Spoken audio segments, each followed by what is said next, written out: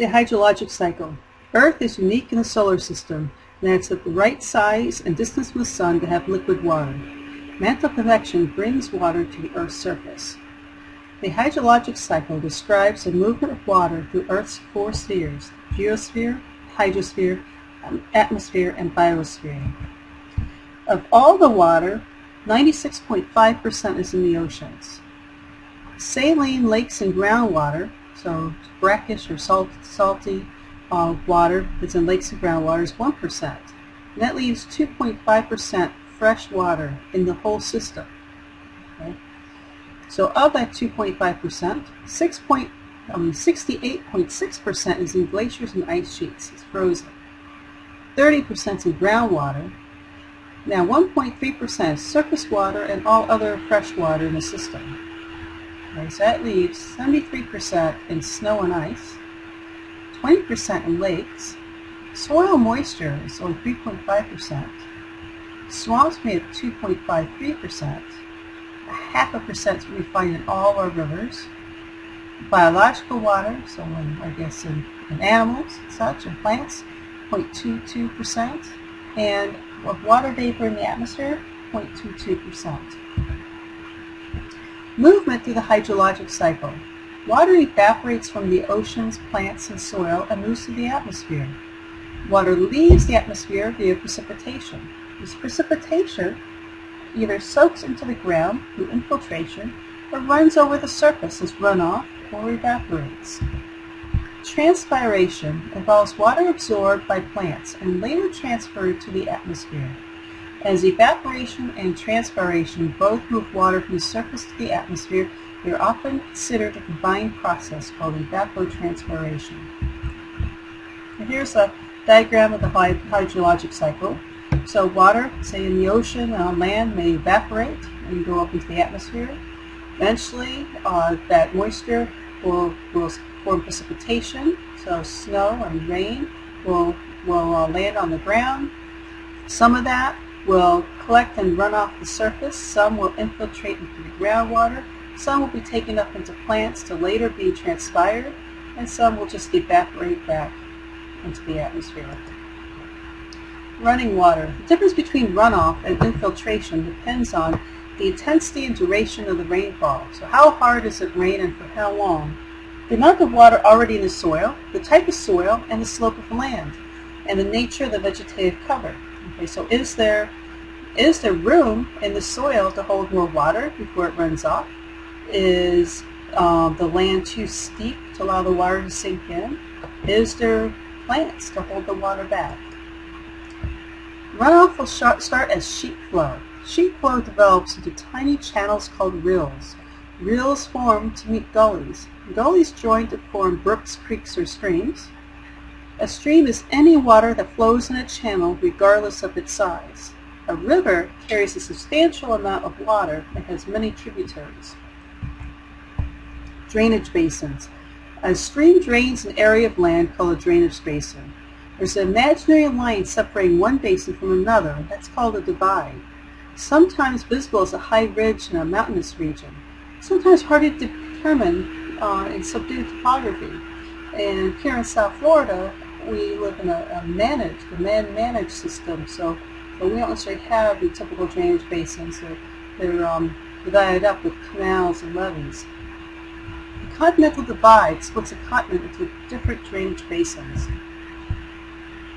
So drainage basin and divide. Here's our diagram. So this is all the area. The slightly darker green is all the area that contributes water to this stream or river. The high point all the way around that area is called the divide. So water that falls on this side of the divide will go into this basin. Water that falls on this side of the divide will go into this basin.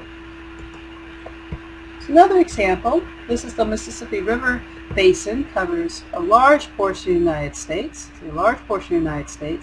And that can be broken down into sub-basins based on its major tributaries. So we break the lower from the upper Mississippi. We got the Tennessee River, the Arkansas is red and white, and the Ohio River, and the Missouri. Now if we look at Missouri, For example, we can break that subbasin into smaller basins even, because it has many large tributaries. And in this case, this dark area is this one, is the Yellowstone River Basin. So up here we have our highlands. These streams contribute to the Yellowstone River. The Yellowstone River will then flow into the Missouri River. The Missouri River will flow down to the Mississippi River, flows out to the Gulf of Mexico. River systems. Rivers drain much of the land area, except in extremely arid or polar regions. Climate differences and human intervention influence the character of the river. River systems can be divided into 3 zones: sediment production, sediment transportation, and sediment deposition. Sediment production is a zone where most sediment is derived. It's located in the headwater region of the river system. So this is where the river starts, often in a mountainous area. Sediment is generated by bedrock broken into smaller pieces, bank erosion, and scouring of the channel bed. Sediment transport is sediment is transported in the trunk of the streams. The main route of the stream. In balance, the amount of sediment being eroded equals the amount of sediment being deposited. Sediment deposition. When a stream reaches a large body of river, like Gulf of Mexico, or a larger river, or a lake, or the ocean, the energy decreases and the river deposits sediments. Typically, only fine sediments are deposited in oceans.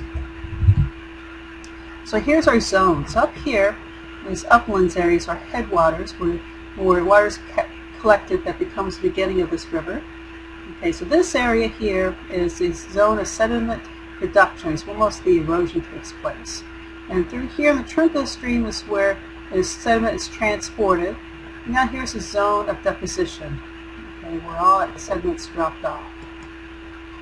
Water moves in a channel under the influence of gravity. Water slowly flowing in a nearly straight path is called laminar flow. Water moving quickly in an erratic fashion, both horizontal and vertical movement, is called turbulent flow. Factors that affect slope velocity: the speed of the flow of the water, the slope or gradient of the stream. A steeper gradient has more gravitational energy to drive channel flow. The channel shape. The wetted perimeter is the area where the river is in contact with the channel. The most efficient channel has a small wetted perimeter compared to its cross-sectional area. A narrow, deep channel has a small wetted perimeter, less frictional drag, and will flow more effectively, more efficiently. So here we have a nice wide channel that has a very large wetted perimeter. It's a wide channel, it's only 1 unit deep, 10 units wide, large perimeter. So there's a lot of surface for friction to slow that water down. Here we have, now this is an area of 10 units. Well, here we have a channel that's narrower. It's still 5 units wide and 2 units deep. It's still 10 square units, but its wetted perimeter is going to be shorter. So there's going to be opportunity for less friction and for that water to flow faster. And that maximum velocity is going to be right here, right in the center here. Channel size and roughness also affect flow velocity. An increase in channel size will increase the cross-sectional area to the wetted perimeter ratio, thus increasing channel efficiency. Rough channels with boulders, etc., create turbulence and slow down the speed. Discharge. Discharge is the volume of water flowing past a certain point in a given unit of time. When discharge increases, the width, depth, and flow velocity increases proportionately. Discharge is often measured in cubic feet per second, or we refer to that as CFS.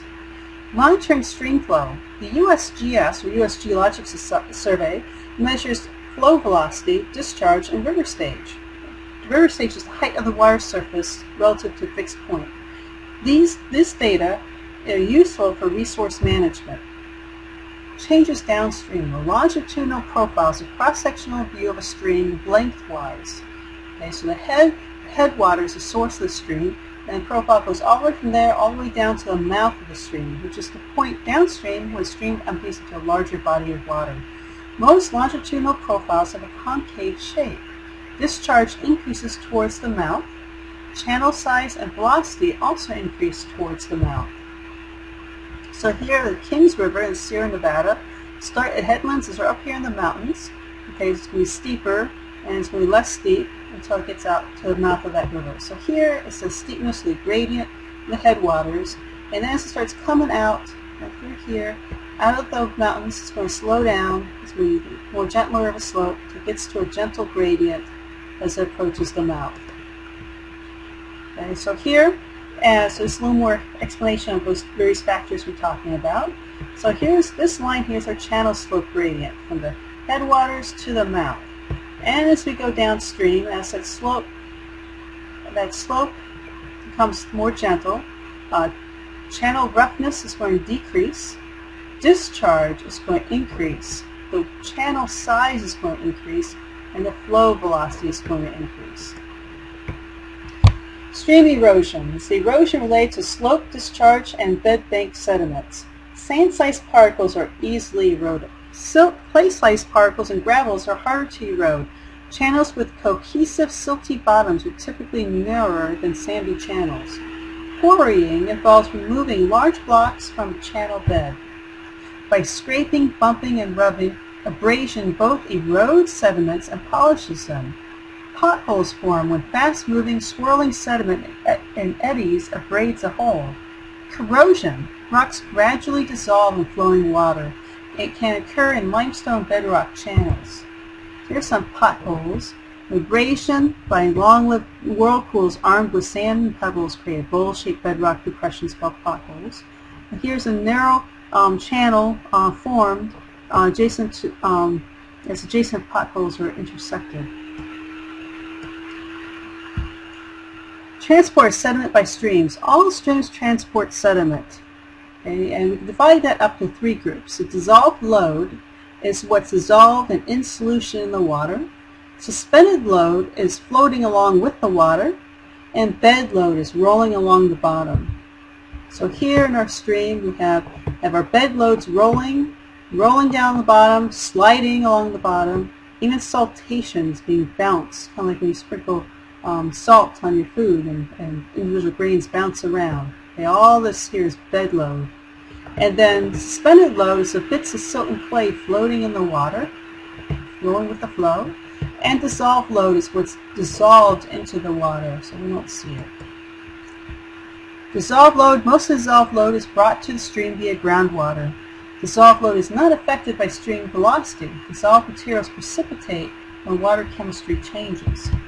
Suspended load, the largest part of the stream load is carried in suspension. The amount of material carried in suspension is controlled by stream velocity and settling velocity of settlements. Settling velocity is the speed at which a particle falls through a still liquid. Okay, so here is a river that looks real muddy because it has a very large amount of suspended sediment. Bed load. Coarse sands, gravels, and boulders move along the stream bed by saltation, or skipping and jumping. Less rapid, more localized than transport via suspended load. So here's a picture of bed load. So here are these rocks and pebbles that get pushed along by the water. Capacity and competence. Capacity is a maximum load of solid particles a stream can carry. The greater the discharge, the greater the capacity. Competence is the maximum particle size a stream can transport. Streams with a faster velocity have a higher competence. Deposition. More deposition of sediment by a stream. Deposition occurs when a stream's velocity is less than the settling velocity. Particles of the same size are deposited at the same time in a process called sorting. Larger particles settle out first. Sediments deposited by streams are called alluvium. Bedrock channels are cut into underlying strata. Typically formed in the headwater region where streams have a steep slope. Potholes, steps, and pools are common features of bedrock channels. Channel pattern is controlled by the underlying geology. Alluvial channels form in sediment previously deposited in the valley, typically associated with a floodplain. Channels can change shape as material is eroded and transported. Meandering channels. Stream transport suspended sediment in broad, sweeping beds called meanders. Meandering channels evolve over time. The outside of a meander is the cut bank. This is a zone of active erosion. The inside of a meander is point bars, a zone of deposition. Through time, the bends in the channel can also migrate and eventually join together. A meander that has been cut off from the joined bends is called a cut-off Oxbow lake. So here we have, here's a river with nice meanders. Okay. The outside of the meander is where the stream is cutting or eroding. It's called the cut bank. A nice picture of cut bank here. On the inside is a point bar. That's where the water's slower and it's depositing material. So here, if you had a straight stream, the maximum velocity is in the center. But when that stream goes around a bend, that maximum velocity is on the outside and the slowest speed is on the inside. So here this house is on a cut bank. It's not going to take very long before this river erodes away and this house is going to fall into the water. Oxbow Lake, see, as these meanders are shifting, and eventually the cut banks here, the cut bank here is going to erode until they get joined here and you end up with a cutoff. And the stream is going to then just follow this path, the shorter path, leaving behind it an oxbow-shaped lake. So here, this neck, the cutoffs are going to eventually emerge from a straight stream into the Oxbow Lake. Braided channels. A braided channel is a network of converging and diverging channels that thread among numerous islands or gravel bars. A large portion of the load is coarse material. Bank material is easily eroded and rewarped. So here's a braided stream, many branches. A stream valley is a channel and the surrounding terrain that directs water to the stream. Alluvial channels have wide valley floors. Bedrock channels have V-shaped valleys.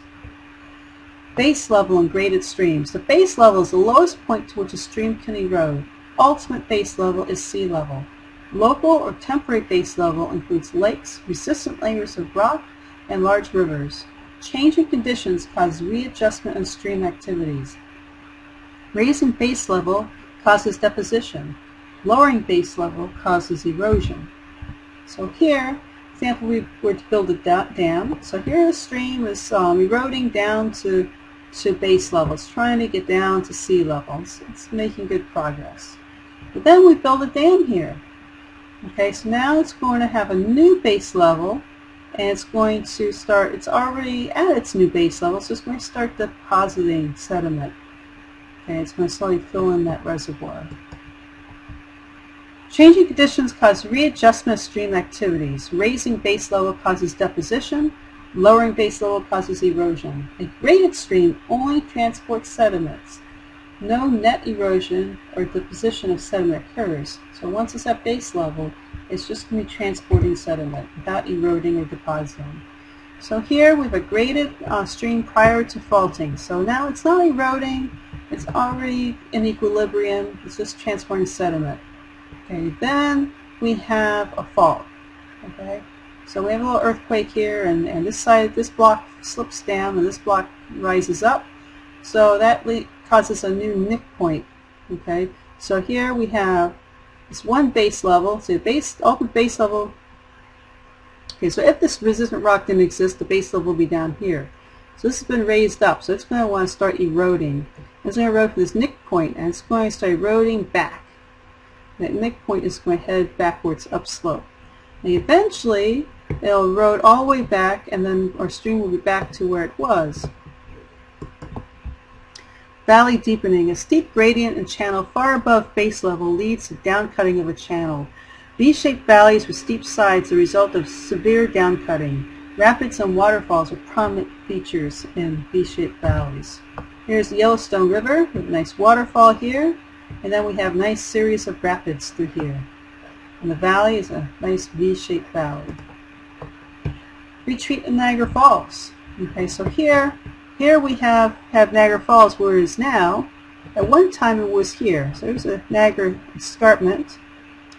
So over the past 12,000 years, the nick point that forms Niagara Falls has eroded back this far. Valley widening. As streams approach a graded condition, the shape changes to a meandering pattern. Downcutting is less dominant and more energy is directed laterally. Continuous erosion from moving meanders produces a floodplain, a flat valley floor. So here of our narrow-shaped valley, as it's getting closer to base level, it's going to start pushing its energy side to side, forming these meanders and carving out a nice wide floodplain. Incised meanders and stream terraces. Incised meanders, meanders flowing through steep, narrow bedrock valleys. Meanders first develop on floodplain. Base level drops, causing meanders to start downcutting. Once the river has adjusted to the new base level, it will produce a new floodplain below the old one. The flat remnants of an old floodplain are called terraces. So here's nice incised meanders. So before the Colorado Plateau, there was nice meander before uplift, nice meanders here. Then there's uplift of this plateau, so the meanders start to downcut. And see here, there's still downcutting here. It's incised meanders. Deltas. Deltas form when sediment-laden streams enter a large body of water. The stream's forward velocity decreases, lowering its carrying capacity. The size of sediment varies in the delta. Coarse sediments are deposited close to the river mouth, while fine sediments are deposited out the outer edge of the delta. The main channel divides into smaller channels in the delta called distributaries. The Mississippi River Delta. History and structure. Mississippi River Delta is actually a series of 7 coalescing deltas. The river is trying to cut through the Atchafalaya River. The river would abandon its current course through New Orleans. Engineering structures are currently keeping the river from migrating. So here's the original delta was formed here when the Mississippi River was actually the Atchafalaya River. Okay, and then the Mississippi captured it at some point, and the delta moved over here. And then at some point the delta was over here, and then it was over here, and here, and it's here, and today's modern delta is right here. But currently, up above this picture somewhere, the Atchafalaya River is trying to capture that Mississippi. And why it's doing that is because the water wants to go the quickest way to base. And this would shorten that length of travel considerably. I think like 200 kilometers, I'm not sure. So USGS has major dam structures to try to protect the system from changing course. Natural levees, or depositional landforms. Natural levees, they're raised areas adjacent to a channel formed during flood events. Following a flood event, levees prevent water from returning to stream channel. Poorly drained back swamps form in the floodplain. Yazoo tributaries flow in the back swamps area before reaching the main stream channel. So here we have our meandering river, and then it floods. When it floods, water goes over bank, and as that water recedes, it's going to deposit coarse sediments on one side and fine sediments on the other. Then, so we have the beginning of this natural levee. Then it floods again, and then as that water recedes, more sediments are going to be deposited, coarse towards the channel and fine towards the outside. And after many times this happens, you build up a natural levee. Alluvial fans are fan-shaped deposits of sediments at the base of mountain fronts. The stream emerges into a flat lowland. The gradient drops suddenly, and sediment is deposited. So here, the river's coming out, entering Death Valley. As it enters the flat valley here, it just drops all its sediment and forms this nice fan shape. Drainage systems are patterns of interconnected networks of streams in an area. Common drainage patterns are dendritic, radial, rectangular, and trellis. A dendritic pattern looks kind of like a trunk and branches of a tree. Okay, so we have uniform bedrock here, and streams naturally forms this dendritic pattern. Off a mountain or a volcano, we'll get a radial pattern where streams are flowing off each side possible, forming kind of a round radial pattern. We might have a rectangular pattern formed where we have highly jointed rocks. And then if we have alternating resistant and non-resistant layers, we'll have a trellis pattern where when the river gets the resistant rock, it's going to try to branch out and erode the soft rock and fight its way through the next resistant layer, forming this trellis pattern. Formation of a water gap. A water gap is a notch where a river cuts through a ridge that lies in its path. Two possible methods for formation.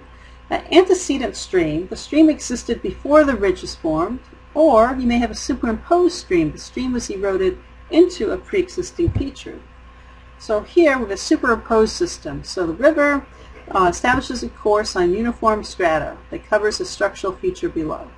As the stream erodes downward, it encounters and cuts the resistant rock units creating water gaps. By this process, the river is superimposed on the ridges. So as there's been erosion, we get down to that structure here. Okay, and here we got the resistant rock layer, is the yellow layer, and it's going to cut down to form these gaps. So here's a picture of Bighorn River, superposed stream, because of water gap through Wyoming's Sheep Mountain. Headwater erosion and stream piracy. A stream can lengthen its course by headwater erosion, extending the head of the valley upslope. Headward erosion may result in stream piracy, which is a diversion of the drainage of one stream into another. Okay, so here we have headward erosions occurring here. Okay, so tributaries to the San Rafael River are dissecting this flat upland river. Okay, eventually they may come in contact with tributaries from another river and capture that flow. So here, before capture, okay, we have stream A, and here's its headwaters eroding, okay, and here's stream B. Well, if stream A should manage to finish cutting through this ridge here, it could capture stream A, and stream A has a steeper gradient. It's going to capture that water. It's going to go this way.